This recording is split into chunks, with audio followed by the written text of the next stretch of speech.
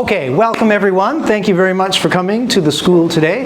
We're very proud to have you here and our honored guests and of course my two co-presenters. Let's begin first. We'll talk a little bit about today's presenters. My name is Michael. I'm the NET teacher here. I was the former principal in Osaka YMCA in Japan and I used to work as an advisory teacher in the NET section. Mr. Hopkinson is a NET in Toon Moon, primary NET, and a course assessor for the Certificate in Phonics and Teaching Young Children. And Mr. Gosling is at the CCC Tam Lee Lai Fung Memorial Secondary School in Toon Moon as well, Cambridge examiner from, you guys are both from the UK? Yeah. There you go, okay. So there's a little bit about us. Now, I am also the chairperson of NESTA. NESTA is the Native English Speaking Teacher Association in Hong Kong. NESTA was established in 1998 as the first and only association for EDB NETs in Hong Kong. And we're very proud to be co-presenting with the school today. Our goal of NESTA is to support NET teachers and support English language learning and support the EDB NET scheme. So this is part of our project, part of our constitution as well. Right. Now, here's our workshop structure. We're going to talk a little bit about what is AI and large language models, how we develop the TSA and DSE learning materials, looking at the learning theory behind some of the techniques we use, quick discussion of Stable Diffusion, look a little bit about AI for ESL teachers, and some questions and answers. So let's begin with what is AI. Hi, everyone, I'm Oliver. You probably read a lot about AI on the news and in newspapers and things like that. The first thing I want to say really, it's not magic, okay? And AI that people are using at the moment, students are using, is actually a language model, okay? A large language model, which is just a type of computer program that can understand and generate human language. So they work by analyzing vast amounts of text data, learning patterns and structures of human language, and they use that knowledge to generate new text, okay? So these AIs like ChatGPT, a lot of people are using at the moment, are often very inaccurate, okay? First thing we have to say, they're not magic, they don't know everything, they're not like superhuman or robots or anything like that, okay? So as we go through today, especially my part, you'll learn some of the limitations as well, as what they can do for us. Okay, so yeah, they're not really intelligent, they don't understand language the way humans do, and they use statistical patterns to generate text that sounds natural. But despite their limitations, they become increasingly popular in recent years, generally in things like chatbots and virtual assistants on various company websites. You'll find many of them are just language models responding to you. But actually, they still make mistakes, as I said, and actually they're not magic, they're just tools that can help us process and generate text more efficiently, all right?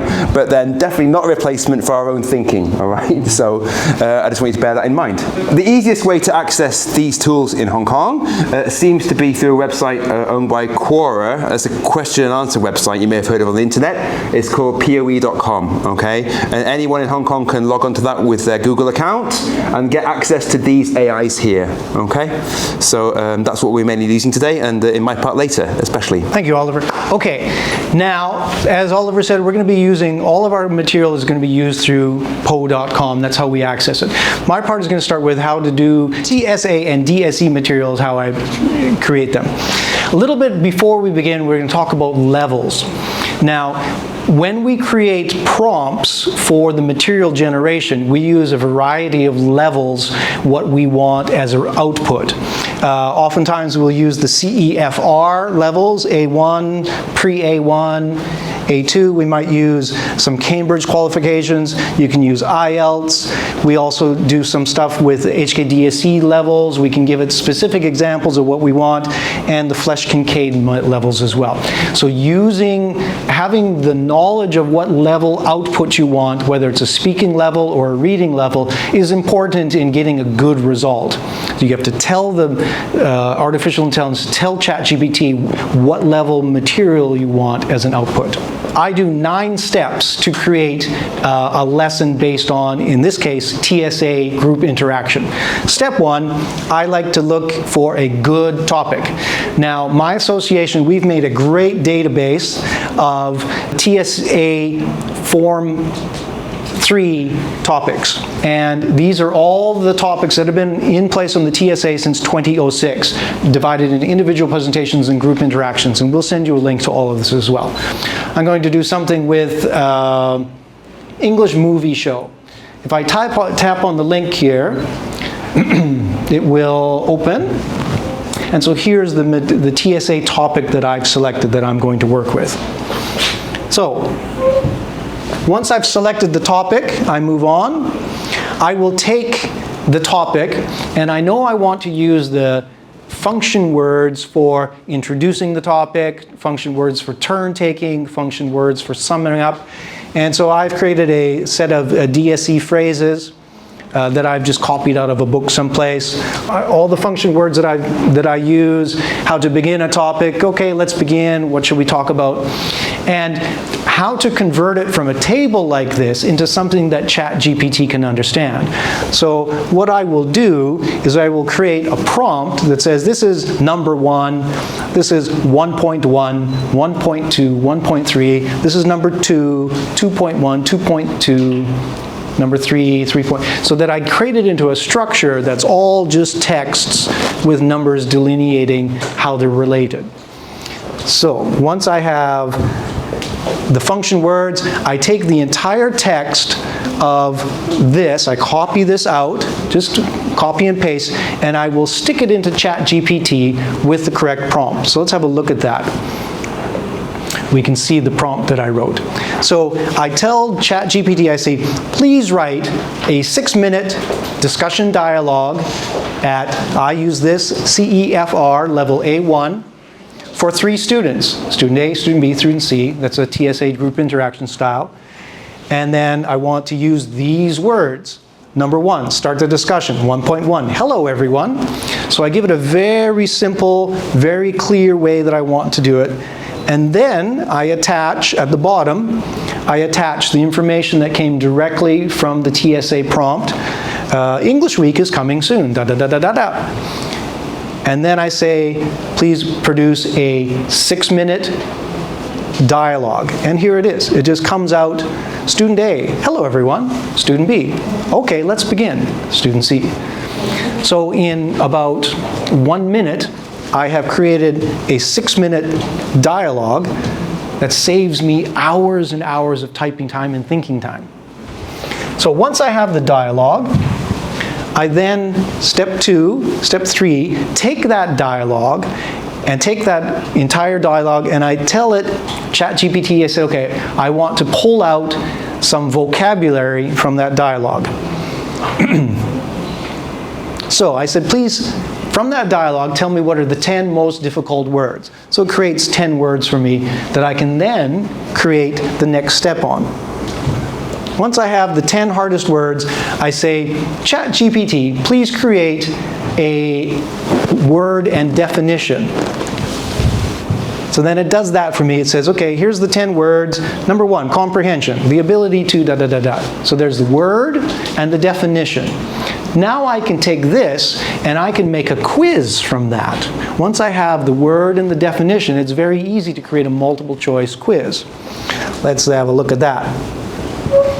I take that, the words and definitions, and make a multiple choice quiz on Teams. Now, in front of each of you is an iPad. Please open your iPad. You will find on Teams, you will find this TSA1 English Movie Show Vocabulary Quiz. And you can have a look at how I created. All I do is copy and paste the words and definitions from ChatGPT, copy it into Microsoft Forms, and then create a quiz. You can see then that creates a very easy vocabulary quiz for me that I can then assign to the students in Teams, and the students can do the activity, learn the vocabulary, and work through the definitions. I tell each student that they must get 9 out of 10 points correct before they can move on to the next point. So my goal here is to have them understand the vocabulary that's embedded into the TSA prompt and inside the dialogue that we're using. So now moving on to the next step, I take the dialogue that I created in the first step, I give it back to ChatGPT, and I said, please create a reading comprehension quiz on that. So I give it back to ChatGPT. ChatGPT pops up. I said, okay, here's the dialogue that you gave me. And then I say, please make a reading comprehension quiz. And it will give me a multiple choice, 10 reading comprehension questions with multiple choices, and it will tell me the answer. I take that, put it into Microsoft Forms, and I create the next activity. If you look at your, go back into your tasks, TSA number 2, English Movie Show Reading Comprehension Quiz, I put that into Teams and I assign that to the students. Again, they need to get 9 points to succeed, to move on from that. The students would show me that, and then I would reassign that to them until they get to be 9 points, then they can move on. Step 1, quiz number 1, they need to get 9 points. Move on to quiz number 2, reading comprehension. They need to get 9 points before they move on to part 3. So let's look at part 3 now. If we do the next thing, what I do then I take the dialogue that I created in the first step, and I assign that to the students as a read aloud assignment. Okay, if you look on your iPads, if you go back to your assignments, part 3 is read aloud. What that means is that the students have to read the English words, read the dialogue individually into the iPad, and then the iPad gives them a grade based upon the accuracy of their reading and speaking. An automatic grading of their speaking performance. The students read through the material. The AI in Teams will grade their accuracy, and then I will give them a score based on their accuracy and feedback to the students instantly. Personally, I find the immediate feedback for the students, getting a score for their speaking, the immediate feedback is very powerful. Here's the student reading the script, and then the computer is following along, gives them mispronunciations, omissions, insertions, repetitions, and then gives her an accuracy grade, in this case of 55. I take that accuracy grade, and that becomes their point. I then create an assignment where the students break into groups of 3, and then I give them the original material, the TSA prompt. I give all 3 students, I say, now I want you 3 iPads, 3 students. Each student makes an individual video of them doing their group interaction. And they send that video to me through Teams, and then I can assess their original independent speaking group activities. There are 3 students doing a TSA group interaction activity, and this is the culmination, the 4th stage of my process. And you can see, a little bit hard to see, but there are 3 iPads here and 3 students, and you can see she's got the TSA prompt only. And this is the 4th activity they've done, 2nd lesson. So they've done the vocabulary, reading comprehension, the read aloud, practice sample structure, scaffolding of the sample dialogue, and now that's all gone. Now they're doing it from their own ideas. I have a multiple choice vocabulary quiz to familiarize them with the terms. I have a reading comprehension quiz so they completely, hopefully, understand the material. I have a sample dialogue that they can read aloud to become familiar with speaking the vocabulary, and it's graded with the AI in Teams on the accuracy of the pronunciation and output. And then, as a final part, step 4, I have them do the practice independent with no scaffolding, no extra materials. They have to try to remember the vocabulary they learned in the first step, try to remember the understanding, and then producing their videos independently. So the question is about how I'm teaching DSE or TSA group interaction. I break it into 4 steps. They do a couple of quizzes to understand the material, and then the next week they will then do the production, the reading aloud, and then the group work. Each lesson that I have is 35 or 40 minutes, so that will take me 2 35-minute lessons.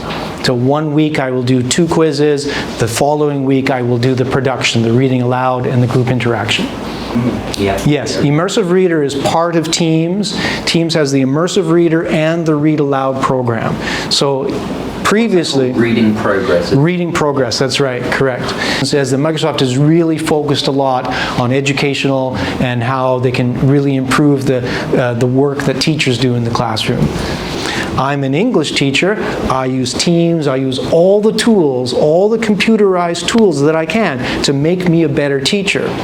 So all the things that I'm developing, the quizzes, the comprehension, the reading aloud, if I didn't have ChatGPT and if I didn't have Teams, I just wouldn't do it. So this AI, this technology has made me a better teacher, and the students have a better learning experience. So we can extend this exact same activity, TSA group interaction, oh, it's easy to do, DSE group interaction, the same steps. Take the DSE input is just a little bit longer, but the steps are exactly the same. I also do morning assembly speeches, and also one idea I have is a school-wide reading program. If you're doing Immersive Reader and Read Aloud, you can assign sample materials, sample articles inside Teams that are leveled based on the Lexile. So you can assign reading for a whole school-wide program and have the students then every week read an assignment or a story and then build and build and build as the days goes on, as the weeks go on. And that's everything for me. I would just say about the Lexiles and the reading systems, the grading, the lower you go, the more ChatGPT struggles to grade properly. So that's one difficulty with it. Depends what level your students are. I teach primary school kids, and for my primary 1 and primary 2 students, then it would be a struggle to get the texts at the required level. Yeah. But it's excellent for older children, especially advanced children. I'm going to be giving a talk on Immersive Reader that I use using Teams and Microsoft Forms at my school, and that you use it at your school as well? Yeah. So I'll just go through a bit of the theory behind it. It's all common stuff, really. So Teams and Microsoft Forms have this Immersive Reader. It's inbuilt, in fact, and it's very useful. It can do several things. One decoding function, and the rest is about meaning acquisition.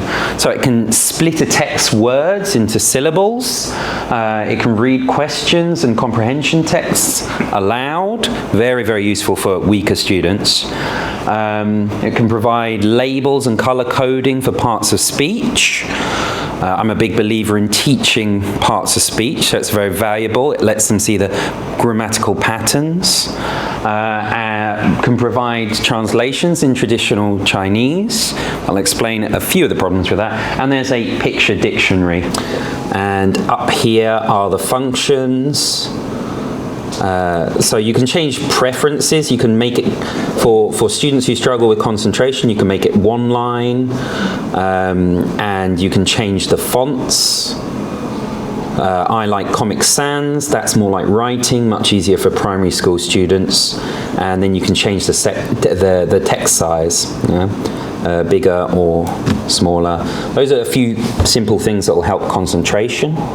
And then it has the parts of speech. You can activate them here.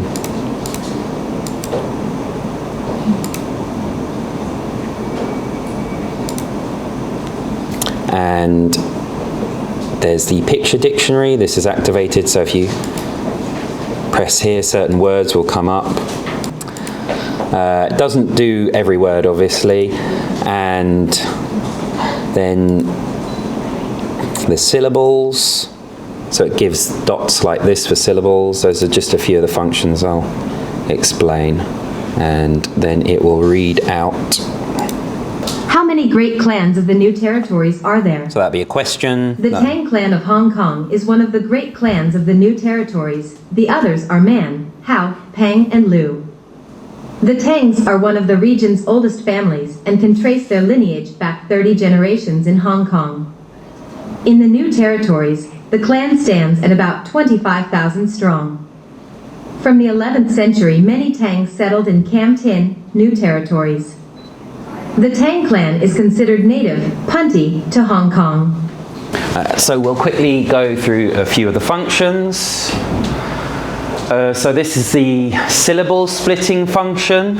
Can help decoding, help faster reading processing, because many students don't understand the syllable structure in English, and it makes it more explicit. Territories, regions, oldest, families. And it can also help them more explicitly understand consonant vowel patterns, and that's useful for spelling. So that's a great function. And then also just the general reading is another layer of input. Yeah? It's linking text to the sound, and this can help advance their reading as well, and also their knowledge of vocabulary. Yeah? A classic exposure to comprehensible input theory, like Krashen, on how students can improve and get better at English. It makes it so much more comprehensible, because in general people have a far larger vocabulary from listening than they do from reading, and that means that they can link the sound to the written word. And here is the color coding for parts of speech. It really only does 3 parts of speech, but they're the main ones. Helps view explicit patterns of grammar, and that's very useful for certain question types. Like, I explicitly teach question types to my primary 5 students, like contextual clues, 完形sok, yeah? And this will help with that type of thing, and producing also grammatically correct sentences.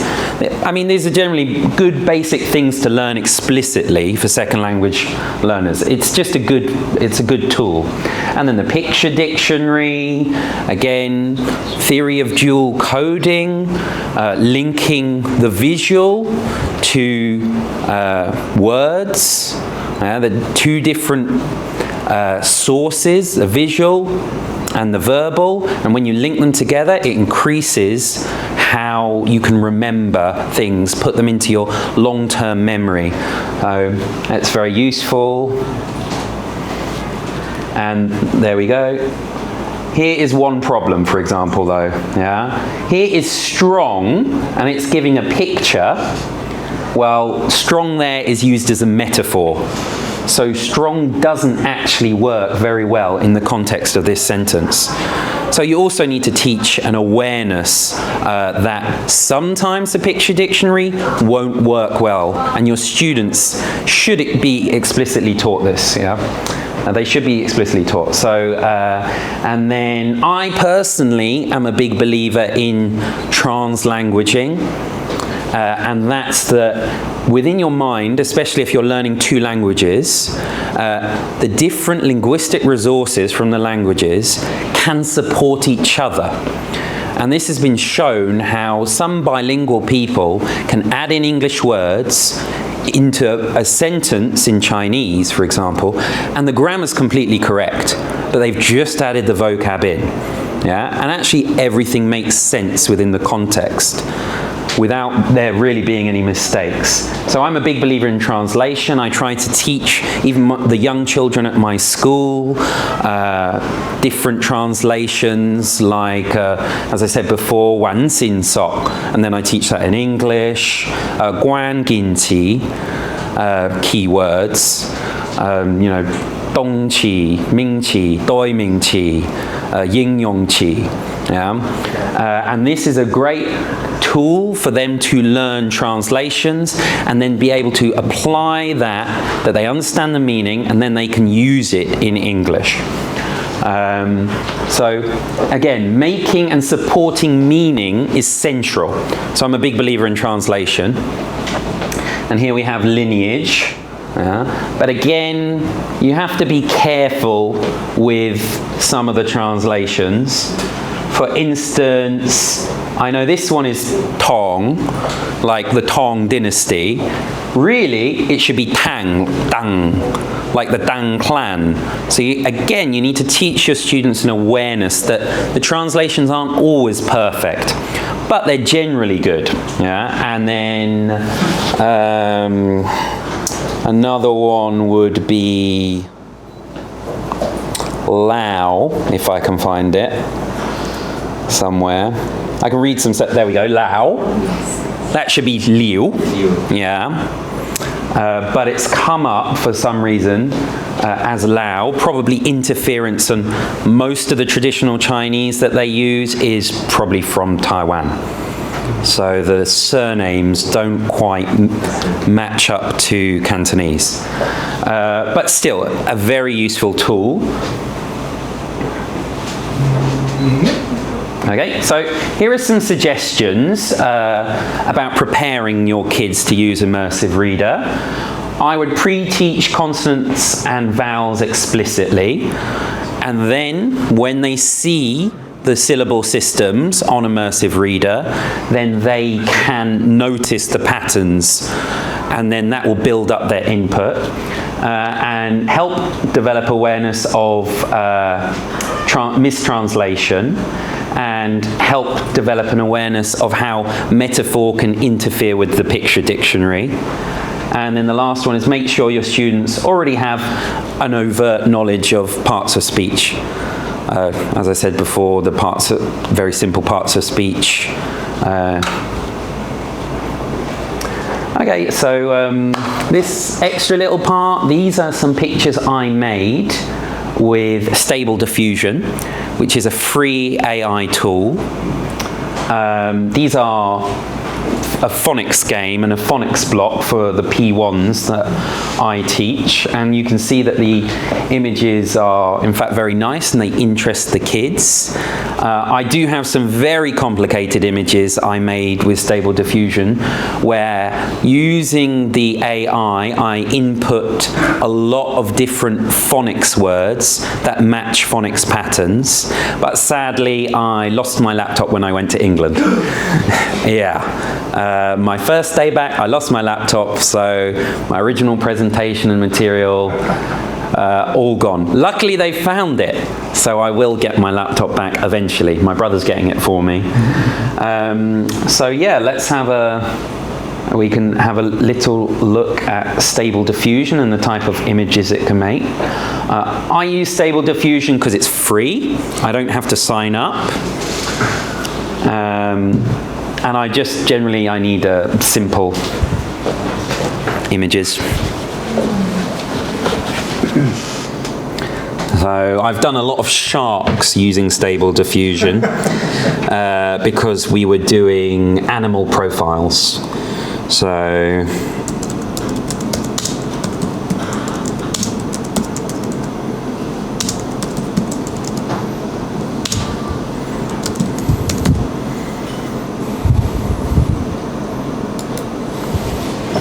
and you can make picture descriptions with it. The better AI tools like Midjourney, I mean these are nice pictures.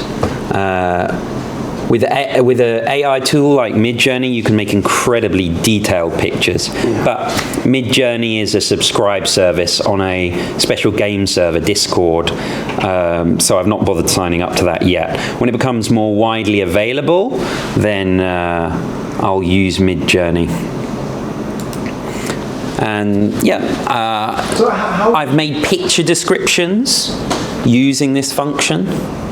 So when you said you added the phonics, what do you mean? So imagine you've got like a landscape or a picture of a room, and there are all of these different words that fit AR, that makes the sound R, or EAR, that makes the sound ear, and all of these different vocabulary words are within the picture.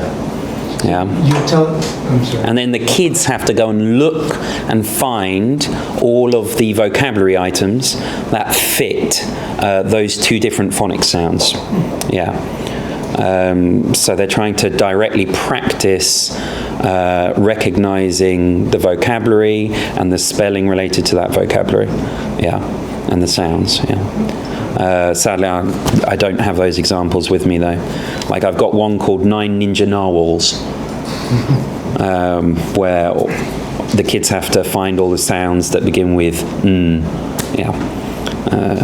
Anyway, that's just a simple demonstration of Stable Diffusion. It's free, it's online, you can easily go and check it out.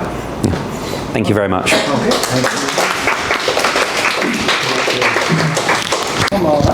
Yep, so hi again. Yeah, I'm Oliver, in case you forgot. So I'm going to be talking about using AI for general English teachers, because that's what I am. I'm a general English teacher in a Band 3 school in Mun. Okay, so ever since I heard about AI, originally I was, years ago I did computer science at university, and so I can say I'm a little bit of a geek in that way. And so ever since I heard about these AI tools coming out, I've been wondering how I can use it to help my teaching and students learning. And so these are just a few of the ways and the kind of hacks and time savers I've been using over the past couple of months. Okay, all of them are work in progress, but hope some of them are useful. So I'm going to go through them one by one. As I said, I'm using. Here we go. Oh yes, another. I think I mentioned this in the introduction. When you're using these AI tools, be focused and specific, okay? I actually asked ChatGPT itself about what it meant by this. This was created by ChatGPT here, about an example of a badly written prompt. So this here says, write an essay about the history of the world in less than 100 words. All right, well this is not going to be accurate, it's impossible, right? 100 words for the whole of world history is just ridiculous, okay? So definitely it needs to be more specific and more detailed if you want to get a good output, okay? So yeah, bear that in mind, be focused and specific with your prompt writing, yeah? And it gives the example down here of a prompt that is more focused and specific here about one certain area of history, for example, all right? So like I said, it can't work miracles, okay? If you don't know what you want, then it's gonna be wrong, right? Basically. Okay, so the first prompt I use quite a lot because I'm in a Band 3 school, and I usually teach A classes, like 1A and 2A, but I would say half my students in 1A probably a kindergarten level English, okay? Really, I mean, and they need a lot of support. I speak English only in the class as well, as much as possible, and they need a lot of translation and lessons, especially with the textbooks and reading text. We're using at Form 1 level. They can't get the gist, or there's lots of vocab they don't know. So I used to use Google Translate a lot. It's very fiddly, and it takes time, especially in the lesson if I don't know. But now I'll show you my prompt here when I'm talking about this table. So you see it's gone through all the vocabs I wanted with a Chinese translation. Again, I think they're accurate. My Chinese isn't that great, but I think they're accurate, okay? You can tell me if they're completely wrong. I think so. And then I asked them to give an example sentence in English just to check here.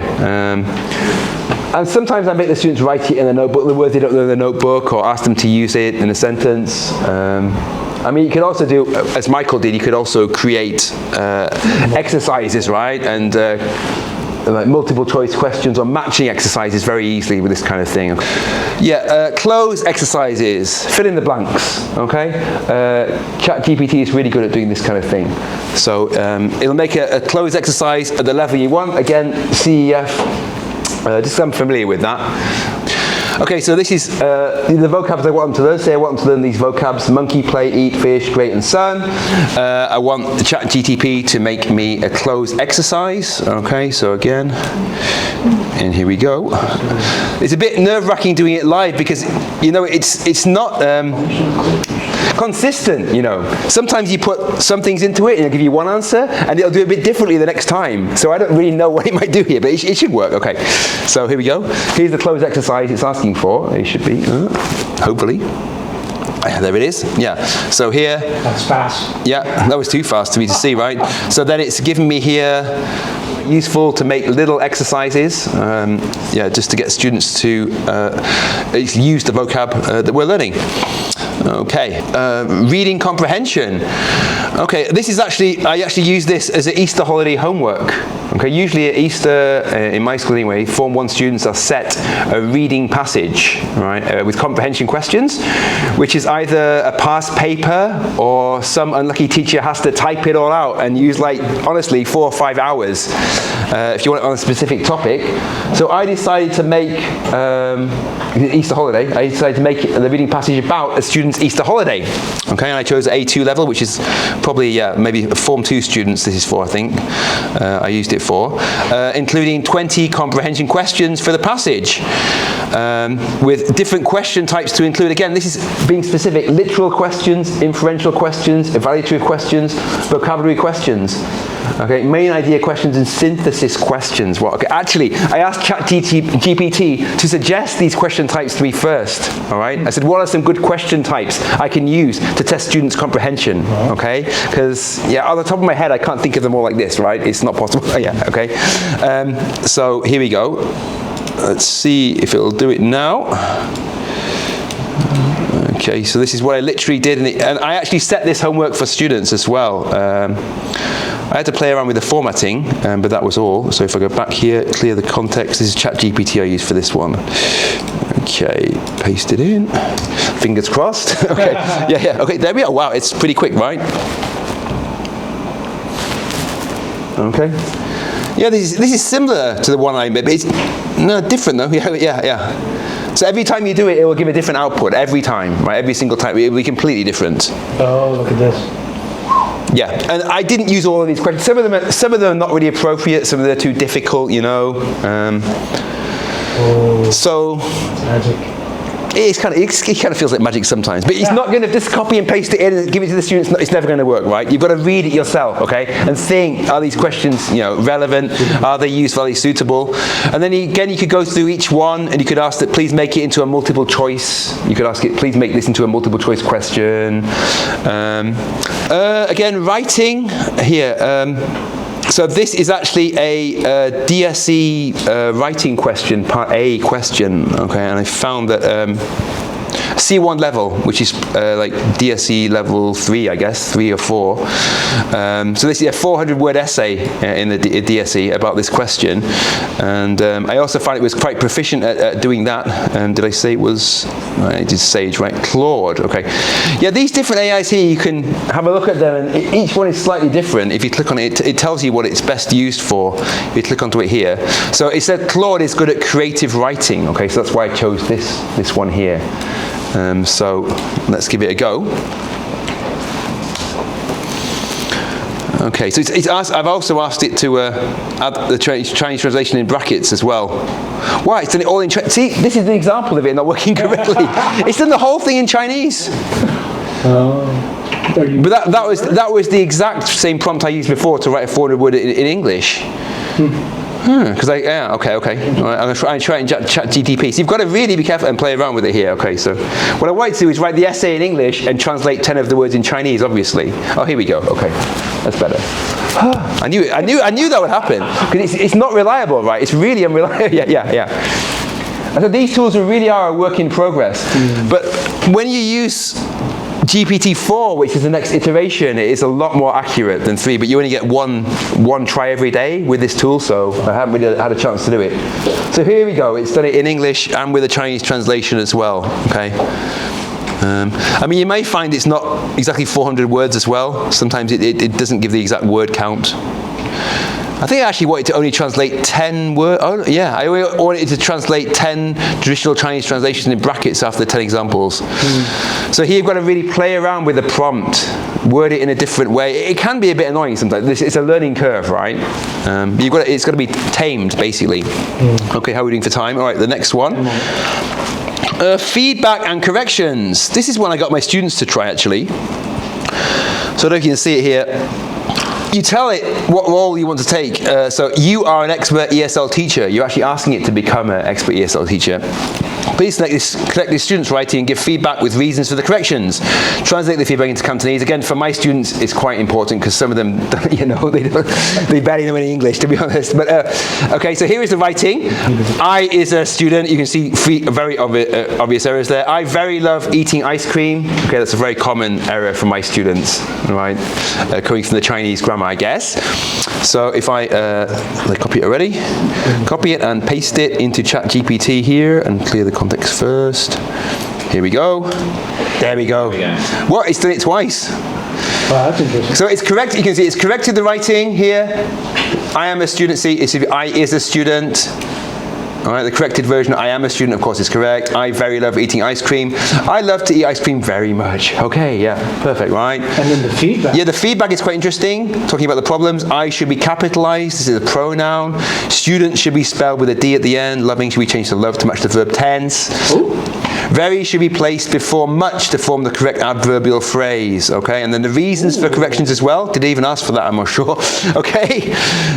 It's kind of a complicated feedback. I'll try and ask it to simplify maybe for my students if I was doing that. And then it also has the translated feedback in Cantonese as well, okay? So, yeah, okay, I've asked students to pull out one or two sentences from their writing and try this, and they have found it useful, some of them, some of the students who really want to learn, okay? Of course, these tools can't teach motivation, that's completely different, different matter, but maybe they can help us make lessons to make students more motivated, though. Okay, so... Wow. Again, dialogue creation, I mean, you actually Mike's actually just shown this actually already, so... Again, if do we have time, maybe I'll skip it. 7 minutes. Yeah, okay. Dialogue creation, a 3-minute dialogue for 3 ESL students. This is a typical TSA quiz. Okay. Yeah, that'll be good, yeah. I'll just do it quickly, see if you can see what it does. Okay. Yeah. There we are. So this is a dialogue all about a usual TSA kind of question about organising a skiing competition, right? Most TSA questions for Form 3 seem to be about organising some kind of event, exhibition or competition or whatever like that. I guess for me, I would probably give this to weaker students who are unable to create any ideas by themselves and give them a chance to have a practice. Interestingly, it can also do lesson planning, believe it or not. Actually, it's quite good at lesson planning if you have the right input here. This one is quite detailed prompt, a very detailed prompt. I actually watched a couple of professional development videos from teachers in the UK who are trying to use it to make lesson plans, and yeah, it's really, really interesting with the right prompts. So there was one guy I saw who was using Bloom's taxonomy, right? Bloom's taxonomy of verbs, okay, to suggest learning objectives. Okay, so I used it to create this lesson to teach type 1 conditional sentences, a 50-minute lesson for A2 level students, 30 learners, a mix of students, okay, and I've got the aims and objectives that I want. Well, yeah, it's just talking about them really, saying that the plan should include link to these aims and be designed in according to Bloom's taxonomy. So ChatGPT will make the objectives by itself according to this, and how I want the materials as well, and also a table showing the stage, aims, procedure and time and interaction as well. Right, to ChatGPT again. So fingers crossed it does something. Yeah. okay. Here we go. So it's given 3 aims and objectives here. Okay. Different problems we could have. Well, I'll let it go first and go through. Wow, this is crazy, right? Okay. All right. So here we are. Yeah. So the aims and objectives are here. All right. The problem students might have with the concepts of conditionals. It's telling me to differentiate the activities to cater for different proficiency. Yes, we could ask it, how can I differentiate? What do you mean differentiate? Please give me an example of how to differentiate, right? Materials I'll need. Okay, the procedure and interaction. Actually, it hasn't done it as nicely as I thought before. It's done it as a table. It has done it as a table before. So it's interesting why it didn't do that at the moment. Again, teething problems. But you've got stage, aims, procedure, time, and interaction, all of them here. You can see 10 minutes, a teacher-led presentation and class discussion, practice to provide students opportunities to practice forming type 1, distribute handouts. Okay, it's saying distribute handouts with examples of type 1 conditional sentences. Okay, I can say to it, oh, please make the handouts. Yeah, please, you know, with 10 questions or something like that, right? And it'll do it for me. Oh yeah, motivation. I was talking about that before. Okay, so this is I thought could ChatGPT motivate students or even teachers? All right. So yeah, so write a speech in the style of an expert motivational speaker and ESL guru to help boost confidence of DSE English students with particular tips or examples using 15 phrasal verbs to impress a DSE examiner. Yeah. Okay. Again, I took this from an IELTS example. It was online as well, right? How would you impress an IELTS examiner? You know, and he was asking that. So I thought it might work for the DSE too. Let me clear the context and hope it does it. So here we go. It's giving tips on how to help you ace your DSE exam. About the importance of phrasal verbs, as I said, and here we go. It's actually suggesting the phrasal verbs you could use: break down, take in, focus on, okay, bring out your own perspective, all right, mix up, think critically, put forth. Wow, that's one you probably wouldn't hear in a usual DSE exam, right, I guess. Okay, so for higher level students, these tools can be quite powerful, right? These kind of prompts can be quite powerful to extend their language. Okay, hold you back, take on, try some loads of them, hasn't it? I think it's done more than I asked for, actually. Okay, so there we go. Give it your best shot. Yeah, that's all we can do, right? Then, yeah, I thought, yes, professional development. Could it even suggest, so for this here, it's a bit meta, could it suggest, you know, could it suggest things, prompts we could use to teach you about, right, about how to enhance your subject knowledge and improve your teaching, right? And so it's even capable of doing things like that coherently. So again, let's paste it in. So it's asking me 20 prompts here. Experienced secondary school English teachers can use to enhance their subject knowledge and improve their teaching. And here it comes. So again, you could ask it to expand on these, right? Please tell me more about number 2. What can I do in my class, you know? And it will teach you, right? Yeah. The reading passage I actually asked it to do, because